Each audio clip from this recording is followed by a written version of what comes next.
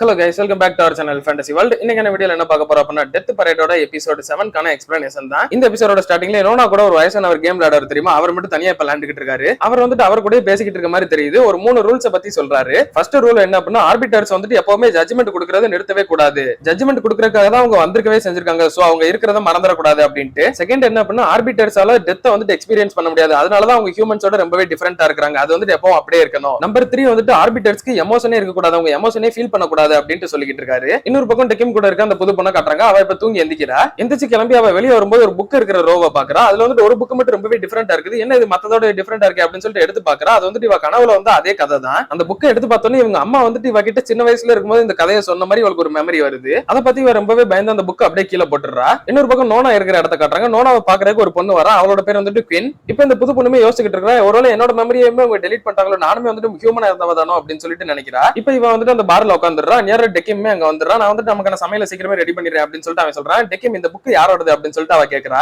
என்னை மன்னிச்சிரு, எனக்கு தெரியல அப்படின்னு சொல்லிட்டு அவன் சொல்றான். அடுத்து கொஞ்ச நேரம் அவன் அப்படியே பின்னாடி திரும்பி வேலை பார்த்துக்கிட்டு இருக்கப்போ, ஓ இது குயின் வச்சிருக்கலாம், ஒருவேளை அவதான் எனக்கு முன்னாடி இங்க ஆர்பிட்டரா வேலை பார்த்துக்கிட்டு இருந்தா அப்படின்னு சொல்லிட்டு சொல்றான். அப்போ ஒரு பிளாஷ்பேக் வருது. டெக்கிம் அவனோட ஃபர்ஸ்ட் டே ஒர்க்குக்கு எப்படி வந்தான் அப்படின்றது. நோனா தான் டெக்கிம் கிண்டி இவங்க ரெண்டு பேரையுமே கூட்டு வந்திருப்பா. இவங்க நேரா போய் குயினை தான் பாக்குறாங்க. இதுல யாரு டெக்கிம் அப்படின்னு சொல்லிட்டு அவ கேக்குறா. இந்த வெள்ள முடி இவன் தான் அப்படின்னு சொல்லிட்டு நோனா சொல்றா. குயினுமே இதுக்கப்புறம் இந்த இடம் ஃபுல்லாவே உன்னோட தான், இதுல இருக்க எல்லா ட்ரிங்க்ஸ் உனக்கு தான், நீயே வச்சுக்கோ அப்படின்னு சொல்லிட்டு சொல்றா. அண்ட் அதுக்கு மேல இப்ப நான் ஆர்பிட்டர் வேலையில இருந்து நின்னுக்க போறேன். நான் அடுத்த இன்ஃபர்மேஷன் பியூரோ அந்த டிபார்ட்மெண்ட்டுக்கு போக போறேன். எனக்கு இப்பதான் ரொம்பவே ரிலீஃபா இருக்குது அப்படின்னு சொல்லிட்டு சொல்றா. அடுத்து நோனா இப்ப கொஞ்ச நேரத்துல இங்க கெஸ்ட் வந்துருவாங்க, நீங்க ரெண்டு பேரும் மேல வாங்க அப்படின்னு சொல்லிட்டு இவங்க ரெண்டு பேரும் மேல கூட்டு வந்துடுறா. இவங்க ரெண்டு பேர்கிட்டயுமே அந்த டிவைஸ் இருக்கும் தெரியுமா, அதை கொடுக்குறா. இதை வச்சுதான் நம்ம ஹியூமன்ஸோட ஈவில் சைடே வெளியே கொண்டு வர முடியும். இதை யூஸ் பண்ணி நீங்க அவங்களுக்கு ஒரு கிரிட்டிக்கலான சிச்சுவேஷனை கொண்டு வரணும். நாளையில இருந்து நீங்க தான் ஆர்பிட்டரா இருக்க போறீங்க. அதனால இதுதான் உங்களோட ஃபைனல் எக்ஸாம் அப்படின்னு நினைச்சுக்கிட்டு நீங்க இதை பார்த்து பண்ணுங்க அப்படின்னு சொல்லிட்டு சொல்றா. இப்போ வந்த கெஸ்ட் ரெண்டு பேருமே கேம் விளையாடுறாங்க. கிண்டி அப்பப்ப அந்த டிவைஸை கரெக்டாவே யூஸ் பண்றான். கிண்டியையும் நோனா நோட் பண்றா, டெக்கிமையும் நோட் பண்றா. டெக்கிம் அதை ஒரு வாட்டி கூட யூஸ் பண்ணவே இல்லை ஒட்டுமொத்த கேம்லயும். கேம் முடிஞ்சதுக்கு அப்புறமா குயின் இவங்க ரெண்டு பேரும் லிஃப்ட்ல அனுப்பி வச்சிடறா. அதுக்கப்புறமா இவங்க எல்லாருமே டெக்கிம் பார்டெண்டரா இருந்துகிட்டு ட்ரிங்க்ஸ் ஊத்தி கொடுக்குறா. எல்லாருமே என்ஜாய் பண்ணி குடிக்கிறாங்க. அதுலயும் குயின்லாம் இந்த ட்ரிங்க்ஸ் ரொம்பவே சூப்பரா இருக்குது, உன்னோட செலக்ஷன் நல்லாவே இருக்குது, இந்த பாரை யார்கிட்டயே கொடுக்க போறோமேன்னு சொல்லிட்டு ரொம்ப கவலைப்பட்டுக்கிட்டு இருந்தேன். பட் நான் கரெக்டான ஆள்கிட்ட தான் கொடுக்குறேன்னு சொல்லிட்டு எனக்கு ரொம்ப சந்தோஷமா இருக்கு அப்படின்னு சொல்லிட்டு அவ சொல்றா. இவன் இந்த ரோலுக்கு நல்லாவே சூட் ஆயிருக்காம்ல அப்படின்னு சொல்லிட்டு அவ நோனா கிட்டயுமே போய் கேட்கறா. அதெல்லாம் இருக்கட்டும், ஆனா நீ எதுக்கு அதை யூஸ் பண்ணவே இல்லை அப்படின்னு சொல்லிட்டு நோனா கேட்கறா. எதை அப்படின்னு சொல்லிட்டு டெக்கிம் கேட்கறா. இந்த டிவைஸ் தான் அப்படின்னு சொல்லிட்டு அவ கேட்கறா. என்னை மன்னிச்சிருங்க, நான் அதை யூஸ் பண்ணணுன்றதே மறந்து போயிட்டேன் அப்படின்னு சொல்லிட்டு டெக்கிம் சொல்றேன். நான் அந்த கெஸ்ட் கேம் விளையாண்டுகிட்டு இருக்கப்ப அவங்க எப்படி யோசிக்கிறாங்க, அவங்க மனசுல என்ன ஓடுது அப்படின்றத புரிஞ்சுக்கணும்னு சொல்லிட்டு அதை யோசிச்சுக்கிட்டு இருந்தேன். அதுல நான் டிஸ்ட்ராக்ட் ஆயிட்டேன் அப்படின்னு சொல்லிட்டு டெக்கிம் சொல்றேன். டேய் என்னடா நீ பேசிக்கிட்டு இருக்க, மனுஷங்களாம் சரியான முட்டா பயல்கடா, அவங்க என்ன யோசிச்சா நமக்கு என்ன அப்படின்னு சொல்லிட்டு கிண்டி கேக்குறேன். இல்ல நான் இதை மறக்கிறேன், அவங்கள நான் எப்பவுமே அப்படி பார்த்தது இல்ல,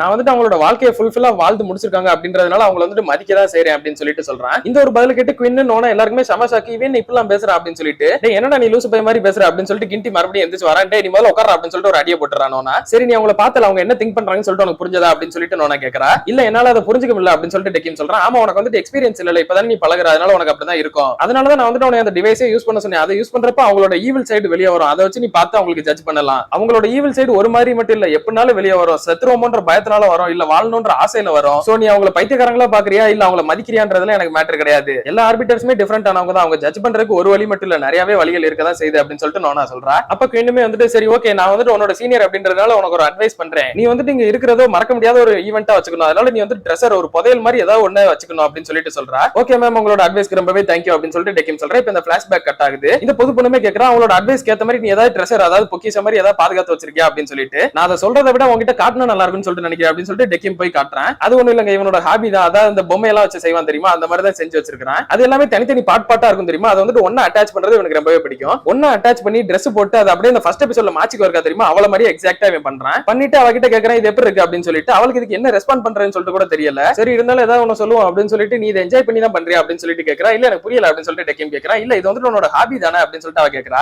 ஓ நீ நோனா சொன்னதை வச்சு அப்படி சொல்றியா? இல்ல இது ஒண்ணு எனக்கு ஹாபி எல்லாம் கிடையாது, ஹாபி கிடையாது, ஆனா இதைத்தான் நீ பொக்கிஷமா பாத்துக்கிட்டு இருக்க அப்படிதான் அப்படின்னு சொல்லிட்டு அவ கேக்குறா. ஆமா நான் வேணா உனக்கு இன்னும் கொஞ்சம் பண்ணி கட்டவா அப்படின்னு சொல்லிட்டு இவன் கேக்குறான். இல்ல இல்ல அதெல்லாம் வேணாப்பா சாமி அப்படின்னு சொல்லிட்டு அவ சொல்லிடுறா. இன்னொரு பக்கம் குயின் நோனா ரெண்டு பேருமே ட்ரிங்க்ஸ் பண்ணிட்டு பேசிக்கிட்டு இருக்காங்க. நீ அந்த இன்ஃபர்மேஷன் பியூரோ ஈஸியா இருக்குன்னு சொல்லிட்டு தானே என்னை அனுப்புனா, ஆனா இதுக்கு ஆர்பிட்டர் வேலையே பரவாயில்ல போல, இந்த வேலை எனக்கு ரொம்பவே கஷ்டமா இருக்குது. ஒரு மணி நேரத்துக்கு கிட்டத்தட்ட 7000 பேர் செத்து போய்கிட்டு இருக்காங்க. அதுல ஒருத்தரோட மெமரியும் கம்ப்ரஸ் பண்ணி சிறுசாக்குறதுக்குள்ள நான் படுற பாடி எனக்கு தான் தெரியும். ஆவரேஜா கணக்கு பண்ணோம்னா ஒரு செகண்டுக்கு 2 பேர் சாகுறாங்க. செத்துட்டேன் அப்படின்னு சொல்லிட்டு டக்குன்னு வந்துகிட்டே இருக்காங்க. எனக்கு வேலை ரொம்ப கஷ்டமா தான் இருக்குது அப்படின்னு சொல்லிட்டு அவ புலம்பிக்கிட்டு இருக்கா. அடுத்து இவளுக்குமே நோனாவோட பிளான பத்தி தெரிஞ்சிருக்கும் போல அதையுமே சொல்றா. ஒரு ஆர்பிட்டருக்குள்ள ஹியூமன் எமோஷன் வந்தா எப்படி இருக்கும் அப்படின்றத பார்க்கணும் தானே நீ யோசிச்சுக்கிட்டு இருக்க. நம்மளோட தேர்ட் ரூல் என்ன சொல்லுது, ஒரு ஆர்பிட்டருக்கு எமோஷன்ஸே இருக்க கூடாது, இது மட்டும் அந்த பெரியவருக்கு தெரிஞ்சது அவ்வளவுதான் பாத்துக்க அப்படின்னு சொல்லிட்டு சொல்றா. அதெல்லாம் இல்ல அவருக்கு தெரியாம நான் இதை பாத்துக்கிடுவேன் அப்படின்னு சொல்லிட்டு நோனா சொல்றா. இப்போ டெக்கிம் அந்த புது பொண்ணு கிட்ட சொல்றேன், டெய்லி நம்ம நமக்கு நிறைய கெஸ்ட் வருவாங்க இல்லையா, சோ அவங்க கூட நம்ம நல்லா டிராவல் பண்றதுனால அவங்களோட மெமரிஸ் எல்லாமே நமக்கு ஞாபகம் இருக்கும். அதே மாதிரி நமக்கு நிறைய மெமரிஸ் அவங்களோட இருந்தது அப்படின்னா அது நமக்கு ஜட்ஜ்மெண்ட் கொடுக்கறதுக்கு ஒரு பெரிய தடையா இருக்கும். அதனாலதான் என்ன பண்ணிருக்காங்க அப்படின்னா ஆர்பிட்டர்ஸ்க்கு ஒரு நாளுமே வந்துட்டு மறந்து போயிடும். இப்ப முன்னாடி நாள் ஒரு கெஸ்ட் அவங்க பாத்துருக்காங்க அப்படின்னா அதுக்கு அடுத்த நாளே அந்த கெஸ்டோட மெமரி வந்துட்டு உங்களுக்கு எதுவுமே ஞாபகம் இருக்காது. இப்படி ஒரு 2 பேர் வந்தாங்கன்னு சொல்லிட்டு வேணா ஞாபகம் இருக்கும், அவங்களோட கதை என்ன அவங்களோட மெமரிஸ் எதுவுமே உங்களுக்கு ஞாபகம் இருக்காது. நாங்க ஜட்ஜ்மெண்ட் கொடுத்ததுக்கு அப்புறமா அவங்களோட சோல் மட்டும் தான் வாய்டுக்கு போகணுமா இல்ல ரீஇன்கார்டினேட் ஆகணுமா அப்படின்றது போகும். அந்த சோல் போயிடும், ஆனா அந்த பாடி இருக்கு தெரியுமா அது வந்துட்டு ஒரு டம்மியா மாறிடும். அதான் வந்துட்டு இப்ப டெக்கிம் வச்சிருக்காங்க தெரியுமா அந்த மாதிரி பாடிஸ்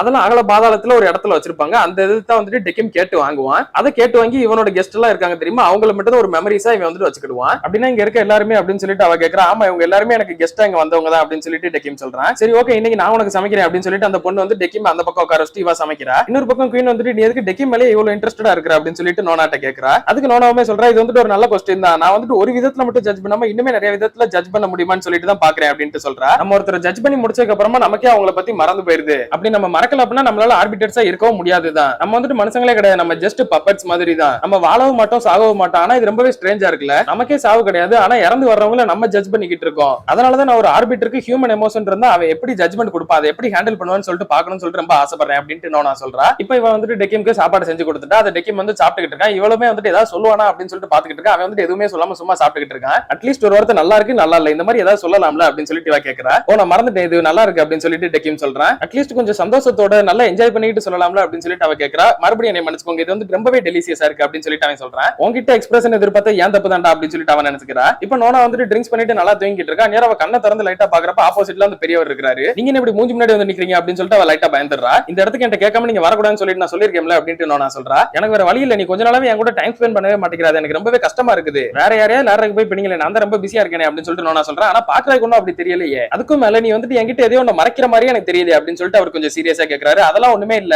சரி ஓகே அப்படின்னு சொல்லிட்டு அவர் கிளம்புறாரு. கிளம்புறப்ப ஒரு புக் எடுத்து பாக்குறாரு. என்ன இது புக், இது வந்துட்டு ரியல் லைஃப்ல இருக்க புக் மாதிரி இருக்கு அப்படின்னு சொல்லிட்டு அவர் கேட்கிறாரு. ஆமா இது வந்துட்டு ரியல் வேர்ல்ட்ல இருந்த ஒரு புக் தான், எனக்கு இது ரொம்ப பிடிச்சிருந்தது அதனால நான் அனுப்பிவிட சொன்னேன், அதனால தான் இங்க வந்திருக்கு அப்படின்னு சொல்லிட்டு அவ சொல்றா. சரி அதெல்லாம் விடு, அப்பப்ப என்னோட இடத்துக்கு நீ வா, நம்மளோட ரீமேட்ச் வேற இன்னும் நம்ம போடணும்ல அப்படின்னு சொல்லிட்டு அவர் சொல்லிட்டு போறாரு. சரி ஓகே நான் வரேன் அப்படின்னு சொல்லிட்டு அவளும் சொல்றா. இன்னொரு பக்கம் அந்த பொண்ணுமே வந்துட்டு தூங்குறப்ப அந்த சாவோ புக் இருக்கும் தெரியுமா அதே கையில வச்சுட்டு தான் தூங்கிட்டு இருக்கா. அப்படியே கட் பண்ணி இதோட இந்த ஒரு எபிசோடையுமே முடிக்கிறாங்க. இந்த எபிசோட்ல தான் ஆக்சுவலா இந்த அனிமியோட உண்மையான கதைக்குள்ளேயே வந்திருக்காங்க. நோனாவோட ஆசை வந்துட்டு ஹியூமன்ஸை ஜட்ஜ் பண்றதுக்கு ஒரு விதம் மட்டும் இருக்கக்கூடாது அப்படின்றது தான். ஆர்பிட்டர்ஸே டெத் எக்ஸ்பீரியன்ஸ் பண்ணாதவங்க அவங்க எப்படி டெத்துக்கு கரெக்டா ஜட்ஜ்மெண்ட் கொடுப்பாங்க. சோ அதனாலதான் ஒரு ஆர்பிட்டருக்கு ஹியூமன் எமோஷன் இருந்தா அவன் வந்துட்டு எப்படி ஹேண்டில் பண்ணி ஜட்ஜ்மெண்ட் கொடுப்பான் அப்படின்றத பாக்கணும்ன்றதா நோனாவோட ஆசையே. இது வந்துட்டு இவங்க வச்சிருக்கிற ரூல்ஸுக்கு அகைன்ஸ்டான ஒண்ணுதான். அதனாலதான் இது வந்துட்டு அந்த பெரியவருக்கு தெரியாம பாத்துக்கிட்டு இருக்கானோனா. இந்த பிளான் சக்சஸ் ஆகுமா இல்ல ஃபெயிலியர்ல போய் முடியும்ன்றத நம்ம அடுத்த எபிசோட்ல தான் பார்த்து தெரிஞ்சுக்கணும். அதுல நீங்க தொடர்ந்து பார்க்கணும்னு நினைச்சீங்கன்னா மறக்காம நம்ம சேனலை சப்ஸ்கிரைப் பண்ணி சப்போர்ட் பண்ணுங்க. அப்படியே இந்த எபிசோட் பிடிச்சிருந்தா மறக்காம ஒரு லைக்கையும் போட்டு போயிருங்க.